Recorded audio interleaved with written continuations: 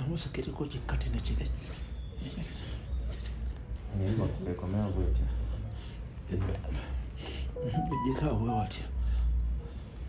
Pande sabe mpewe ni mpitamu. Okay. Funa ko kuchika. Sio kweli. Kazi wa. Pande wa. Tambra ni wazi. Tende jali bidde na kunasato. Ati nkubiriza abana Uganda nayo yambo wonna. Basobola okugamba nti Jennifer gaba mumanyi. Oba simumanyi ne Kalebu. Leero mutegedde nti yeye.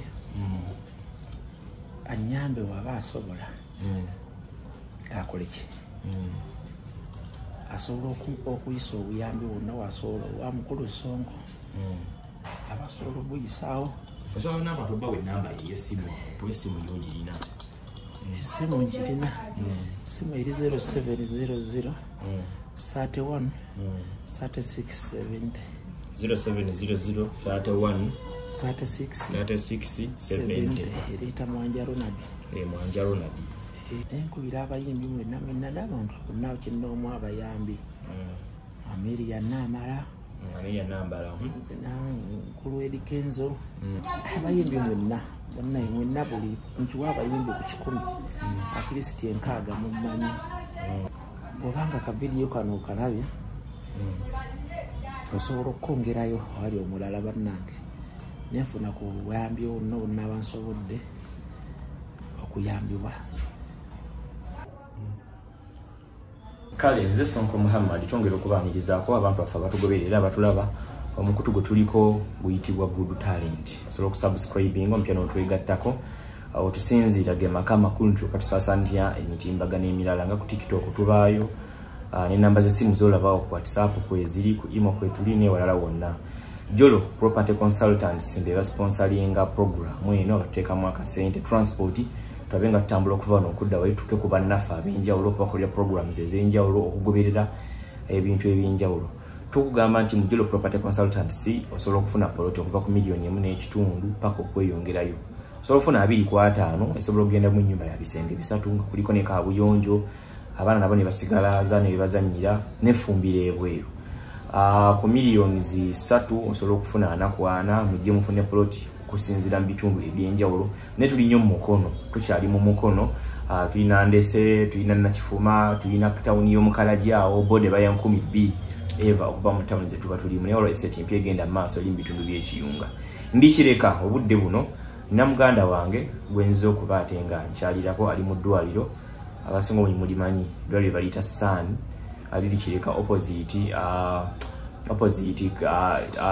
Semaduuka bagiyita supermarket ya Portibello ku kizimbe ekipya.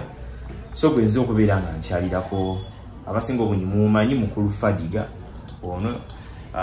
mbadde nga ndaba videos nga zitambula ekimbe nga kimubala embiriizi. Fadiga nga walaba n'obulwadde muganda wange. Abanabo. Kyanyiga. Eleza ku Sembera especially kusaidia. Kyanyigira ddala embiriizi naye. Eri gyontuuseeko. Ndowooza obulamu buyinza okukyukamu. Ntesuubiri deno oyinza okuba olina munzi okusinga. Oyinza okuba olina mugo kubanga. Oba mubaalabi nti nze mpisambuyisa bwe nti. Kubanga tuzambire nnyo kalidde kumpi kataweza. Nenye Fadiga nga. Ebintu by'okulera byembadde ndaba ng'okulera abantu ku channel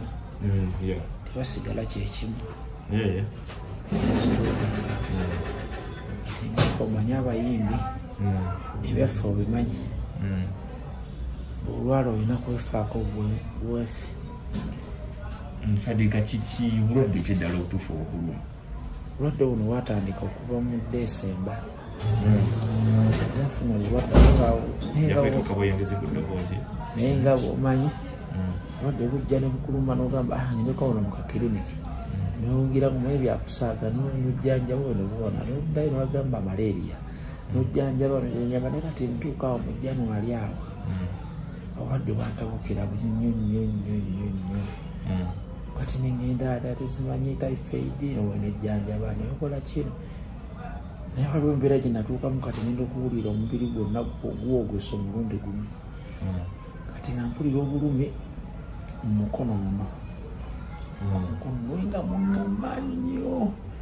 ntandika okugenda mu malwaliro bankola ekisire naye nga bwojondo gyokola ekifuba ey'omukono nga bagamba tewali buzibu bwonna naye nga siibaka nemala kumpi mwezi nga mulamba bulumi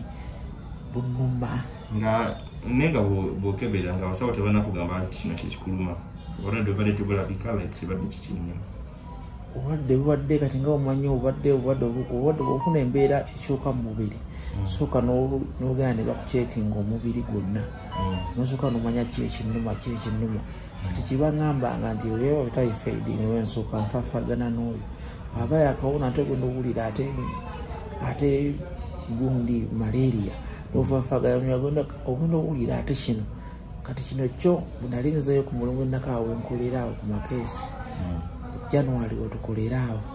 nga akanzireyo ntandika okukola enakawo wali eri enakawo ku makeesi awo aye mu mwaka tukola omulundi gumu ofunamu kasente akakuyamba timba nakaddayo ngenda owulira ekintu kimbaka muki kimbaka mu mugongo kati nkyekampita muto wange awo nga mpulira ekintu ekimbase naye seetegera bwenda nikukutuuya nanetandika okukola ki nenziruka ki nenyambala awo nenkyusa engoye nenkoleramu nenziruka paka waka entandika kati okunoonya ku ddagala biki nendowooza oba kimbadde ki naye nembeera awo nensoka nengendako mu ddwaliro nembanyonyola ne bambuuza ogudde okoze eki nembaga sina kyembadde mbadde ndi awo buli nempa ekyo nga kikola ki akikubaka mumbiriizi akyambakamu wano mumukono muno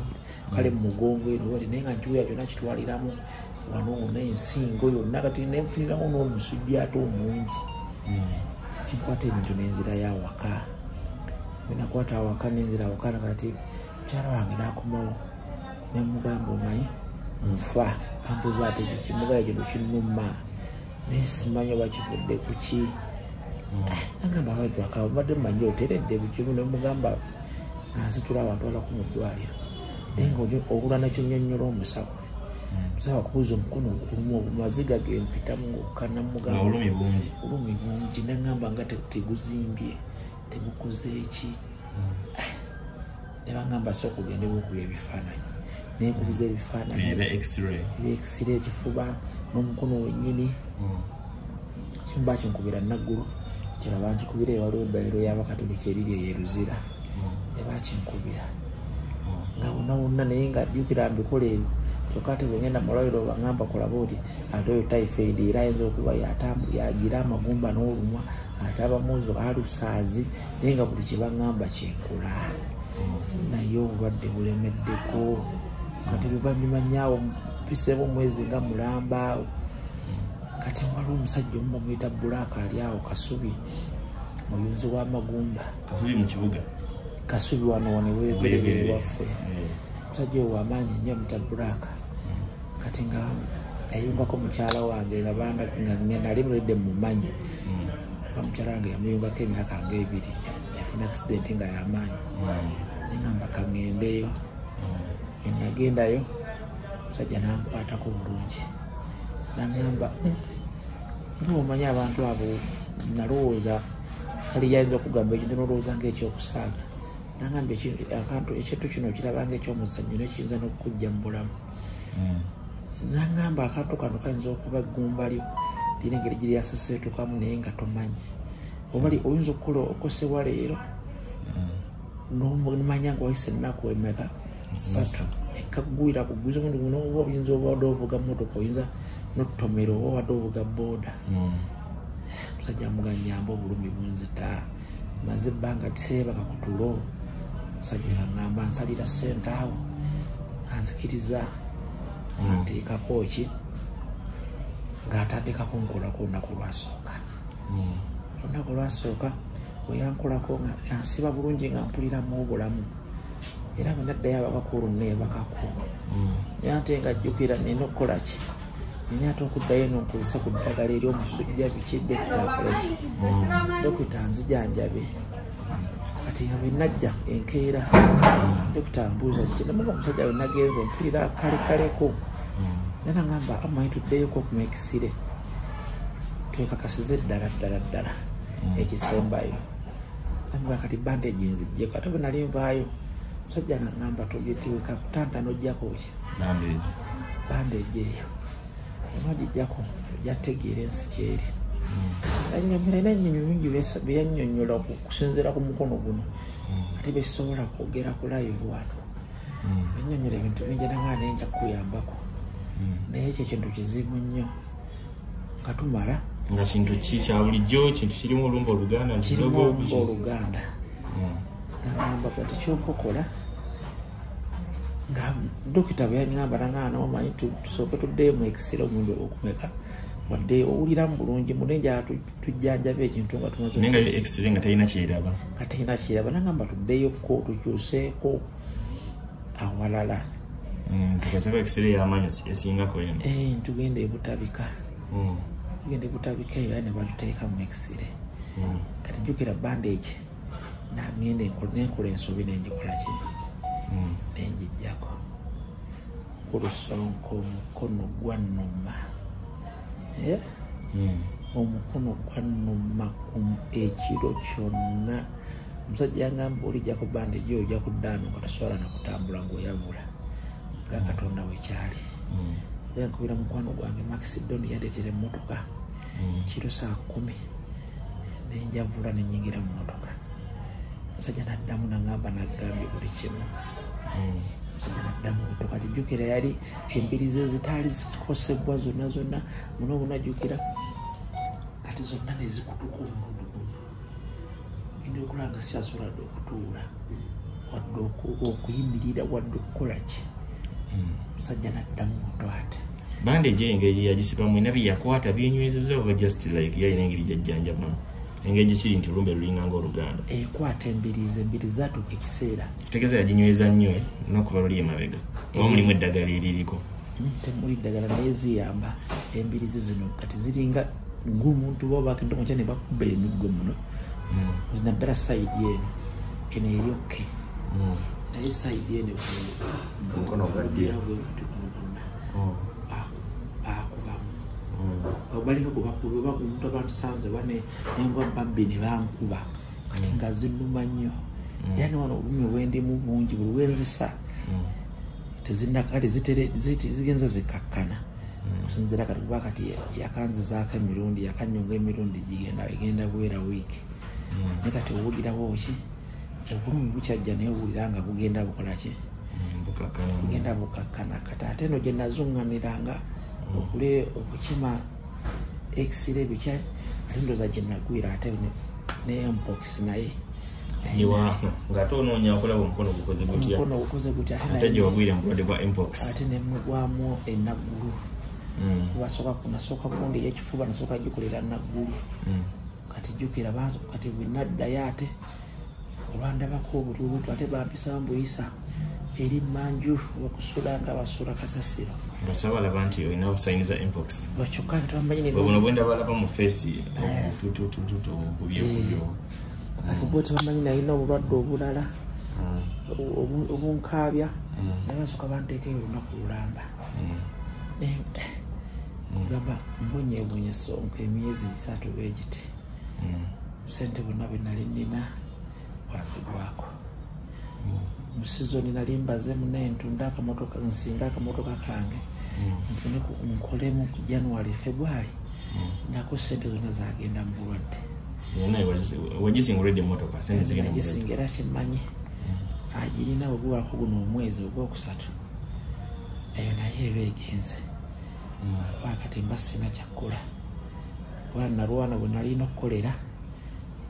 nkolesha sente zonna nazizza mu malwaliro okuzunga kuddeeno kuddeeri naye nkwebaza kuba nti okolaki ontuuseeko wano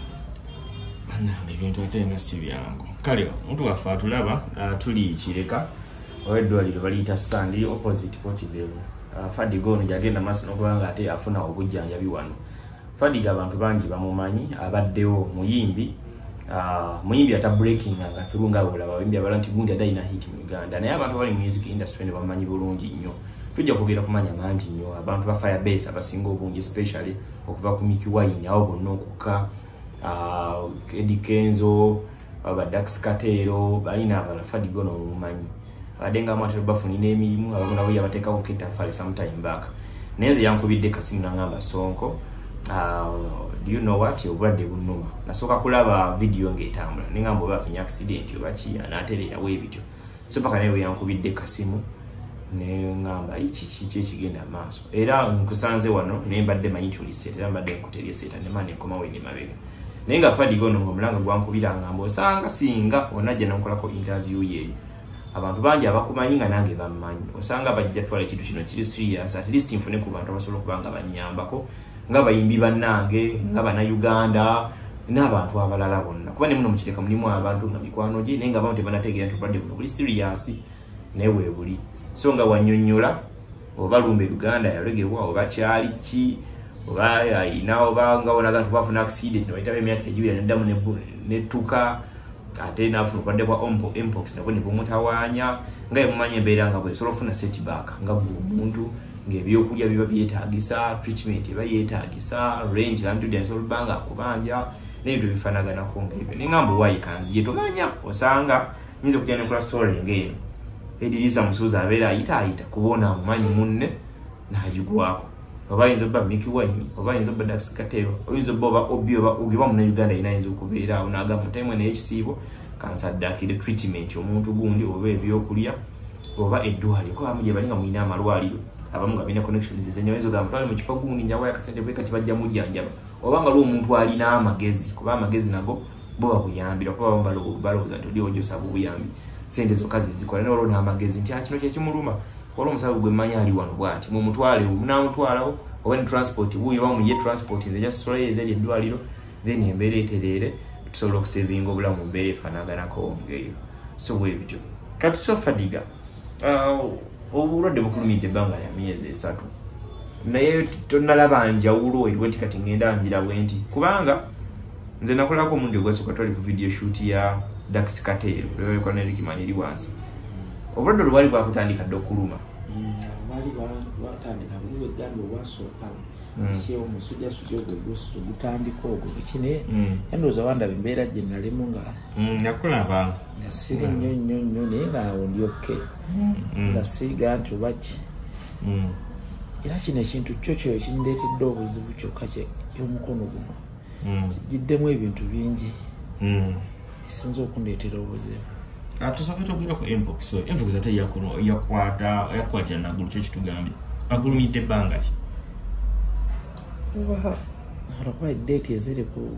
x-ray yange ate ziri biri waka naye kyava mwaka guli bakitandikirize tandise kyaguno omwaka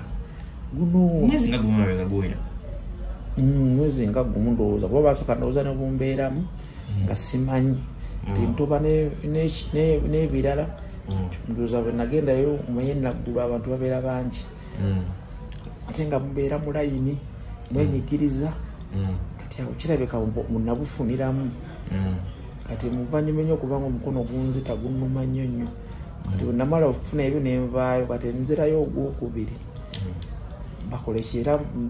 nfune egundi endala ekisira endala kati ate awo bo olwo tebanganyira kibala eyokubiri saagikolera eyo takulaba nti olina sayinizi ne bakujja mu layini nali mu mmotoka nga tikona isowa nakutambula bantwalira mu mmotoka naye nga obulumi bunnumira ne bakutwala bopaka batwalayo emanju waliwo emanju kitenti ebiri eyo oluteeka eyo nga waliyo n'abalwadde abalala waliwo n'abalwadde abalala kuba batugamba mpox oyo omuntu omusemberera akwata alinga covid akola bwati bwowangala nabo ewaka like tobasiizi okuseerako okuba alina embeera zakwatira mukala ayinza okuba osobola okukwata nesinziro oba nayo musaayi oba kiki wakati nza famire yange mbeera nayo neerodese bakolaki era nga temukwatanga ate nasangayo era n'abantu abalina abaana abaana balwadde babiri abaleese naye ate ngaomukulu mulamu ati kugamba simanyi bwekisinziira naye naye nga tekiganda bannayuganda kwekuuma yoga nti baganye takwata yinza oseera yambala masikizo kwetangira naye nga wakati nze sinzaga nti gundi eyamunsiiga kane bwe natuulanga bonna bwe nasemberiranga nga sirabawo wala kisinza alaba ali nga abutuse butuse nnyo nange nemusemberera nekati simenange gye bwava kitegeera akati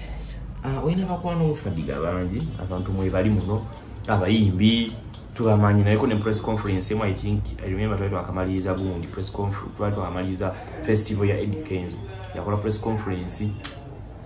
side ze kolole walo hotel iyo gitwalimu nga like tumubuuza nga akumanyi akutegeera mwaliko nabo okuva ebbanga eri emabega kiki oyinza okugamba abantu nga abakumanyi bana Uganda general abantu like mumbeere ndoyinza gyolimuye oyinza kubagamba babeko kyebategeera bana Uganda yinza obagamba ekituufu ekyo nsaba ku buyambi eri baganda bange gwensooka okwebaza ennyo mukulu Sakka oyo wa Victoria Kirabi ajja yagezezaako era ne wendi wano ujjanjabi obusinga wano yabukoze eki Sakka oyo wa Vic ajja Sakka yabutaddewo nebaza ne dokita wange Dokita Salina yatuddeko nnyo Dokita Salina luboli sali yennyini gwetuwulira Dokita Sali ono w'ekireka abeera ano kusaani abantu bamukireka bonna bamumanya ajjanjaba abantu bangi naye ambeereddewo nnyo buli mu mbeera yonna okuva lwe nalwala wano kumpi mazewo mwezi nga mulamba n'ekitundu naye nga tanta buli mu kimu ambeererawo kati manager Sakka oyo abadde yakonekitinzeko ne Eddie Kenzo oyo nga boogedde era mukambeera agenda kujja akola eki naye munange omanyi program ezigwa obugwa ate badda mulaba nga ayinza okuba bino ebya agidiofu oyinza okuba badde bambi nga tebakola dda programu zaabwe ebya agidiofu mukwano gwe yabadde yazija mu Uganda mu meetinga oyinza okuba ndoza ekyamukaluubirizaamukko naye nga programu yonna yagimutuukako bulungi manager Sakka yagimutuusaako ne boogera ku WhatsApp baganda Kingisaa naye bambi yankubirako nangamba naye kamala yena gyali wala ina abayimbi kale abankobeddeko noba takuwadde kyakuyambi naye nga at least afuddeeko muganda wange Nodwe Mwanje yampeerezayo ku mobile money nanga muganda wange gumiraawo naye katulabe naye eri abayimbi abamu sijja kwogera mannya olw'ensi olina amakona ku Dax Katero mubere nnyo mulinya mu kimu Katero oyo nayogeddeko naye nangamba ayinza okujja ewaka oba okujja wennaabandi ogera naye ku lunaku lw'abakyala amba Fadiga nina Kashweri Namugongo eyo nesimanyi oba natuukira mu budde ojje nkulambuleko ne batabani bange ndowooza Safa be bayimbi ndowooza bennaakwogerako nabo naye ng'abamu babiraba naye kintu ky'abayimbi songo manga yokimazeemu ogimanyi muyimbi mwagalana muli balamu naye kusinziira ku kulwala siboka abantu bonna nera kuba abantu tubabenenya manyi buli n'abalala abantu baba ne responsibilities ye babeera nabo balina ebizibu ebirala bibatawaanya oluusi n'atasobola naye nga responsibilities zino zimutwalaganya naye katusabe Katonda abasobozese awo osanga balagenda bakutuukako mpolampola abantu baffe abatulaba gwe naye ye General Fadiga abasinga obungi omumanyi wamuno mukireka baddemu okumala ebbanga muna Uganda munnaffe naye yafunamu okugezesebwa Katonda yamugezesa n'obulwadde obuluma obulwadde kati bazuula bulwadde ki ibifo omubiri kifuba guuni embiriizi n'omukono kiki bazuula oba tebazuula ng'era kati obulumi bwe bujja ne bukendeeramuko kati bugenda bukendeera okutambula yimuka nentambulamu netwale mumanju enkomawo naye mbasobola kwebakira wantu wamu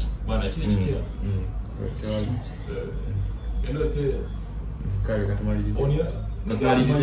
katumalizeeko tuli okay so obadde okyatunyonnyola buli yimuka nemuka kati omukyala wange akeera nandeeta wano ntekekekera ebyokulya bisolo yimuka nembirya bana yaba ayina temuna esente zonna alina okudduka kalimu ate ateteekanye kati najja oluwera sanga musanvu ngeri gyakulira wali ekirinya kumpi nakomawo nampa ku ddagala n'abasawo ne bampa nampa ku mmere ate naddayo ayiiye alabe kati nembeerawo mpaka nenkolaki nga bampa ku ddagala we bamuteekako amacupa embeera nga bwento naye so obulwadde obutuufu tebabutegeeranga olowooza buyinza okuba nga bulimu engeri gy'obulwadde obuganda nga bwe bagamba buli sijja kugaana naye toyinza manya buzibu bwavaawo sijja kugamba nti buvaano so obulwadde bulinganga obuzungu bwomanye mpox yekka negundi yakutawaanya typhoid neye naawona nempox naye akakkanye tekikyalimu kati so singa omuntu abeera agambye nti fadiga ayinza kwetaaga kyekira because treatment yebyo ebeera ebuzaabuza kati oyinza okukubamu ekifaananyi kuba olwantu ayinza obeerawo ng'alaba nga munno n'agamba ekyentegedde ku gundi ayinza bayetaaga emitwalo nga 2 okumaliza ekintu kino abamu bagamba ndi wano nekola sikola ebyokulya bizibu kati osobola okukola statement nogaba bannange oba nga limuntu asobola okunyamba mu kintu gundi nsobola okukola ki okukisajjukira kyensaba Uganda yenna kuba ebintu bino era negyenyungira baseeta baseeta nojja ekireka kyasa 12 olina okujja ojja yali mu kasubi omusajja akuyunga ngova seeta buli lunaku olina okujja n'akuyunga buli lunaku so kyosaba omuntu akulaba transport oyo buli kumakya n'okuddayo oluze omuntu oteekawo ogumu 2 ng'etteeka kipira tojja paala nawa booda olina ogera nawa booda n'akulinda n'amala ne bakukwatira n'odda ku booda ate nakyo kyendabye kindeetera obuzibu n'empewo eyo gyenkeeramu ate ku makya naye empisa bubi gamba ndi mu buzibu bungi olw'okuba nti ki ogenda okutuula ku booda ku makya saa 12 paka otuuka atereeti osanga layini ejjuddewo eyo omusajja ayunga olinamu obulume talina bitanda nti ajja kukwebasa wali gamba n'obeeraawo transport nabeera nga naye anyigiriza nnyo ate jjukira bulwadde okuyunga kuno tosobola mupa kusairasa kugamba nti nnaku lweziti wabula gyagenda akuyunga obulumi ogenda obukendeera ki mpolampola paka bwekituuka wakolaki waba akyagala kati ate naye sente z'okuyunga nazo sente empitirivu nazo ogenda nazo olina okugenda buli ogendayo bayansalira emitwalo 8 kati oba olina okugendayo ogenda tapa olina ogendayo n3 kuba omusajja mulungi aba agondezaamu kuba amanya okukula ate kati kulwadde kati oba olina atuikayo ogendayo n3 n5 n2 n3 naye nga bawandiika gamba badde nsaba empewo eno empitamu soke ofunako okukyebikawa kyokwebika koziwa badde watambulawuni wansi ekyalidde kunaku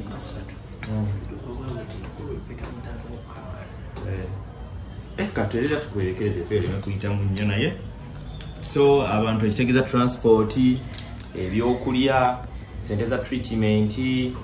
bwe bityo bifaanagana kwogera singa abagali omuntu abagambye kukwasaganyizaako obayamba alina eddwaliro yinga amanyi nti lina kyerisobola okugattako kino kintu kyanyumidde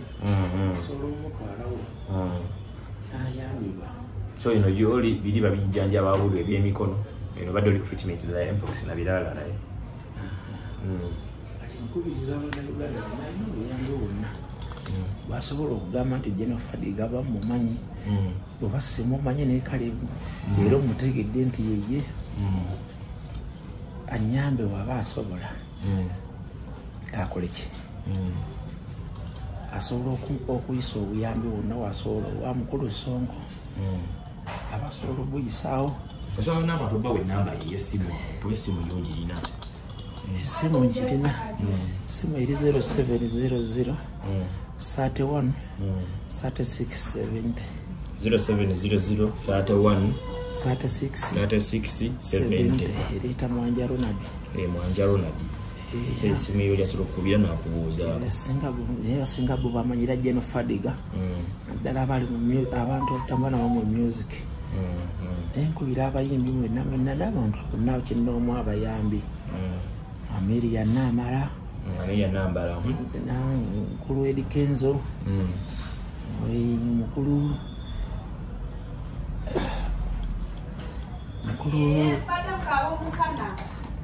abayimbi mwenna buli nkiwa abayimbi ku 100 akristi enkaaga mumanyi comedian mwenna Maria Chandikiko nga bamutukuze nabo banange sire mu karaoke sijui sirinze banga le mondabidde musajja yekolerera era basinga abayimbi mumanyi wenali nkolera ne wenkolere nakawa wenkolidde akalimu kange nembutufu akalimu kinjija mwaka senda sinza sombo abantu sire musombo yi baburo kuwera music okuyamba ko bannange banga lina tubenga kutambulira wamu bachali banga bayigoze mwenna ona lebo bonna abasinga bali music mukwano jange bobanga ka video kano kalabye osobola okongerayo wali omulala bannange nefuna ku buyambi ono n'abansobodde okuyambibwa nakire bannakireka mwenna bweyogerere enze Jennifer Digamwe naye banga limulabye embuze embeera gye mbaddemu yeeyo kubansose nasooka kwegumyanga omusajja amanyi nyinza okwetaasanga omuntu ebyo bya bulijjo ogeze olabanga kikalubye olaba kikalubye era mukulu Sonko nkwebaza mutima ogwo gwokola okuwulira nti abantu naddala nga ffe ab'omu kitundu mutukulidde ffenna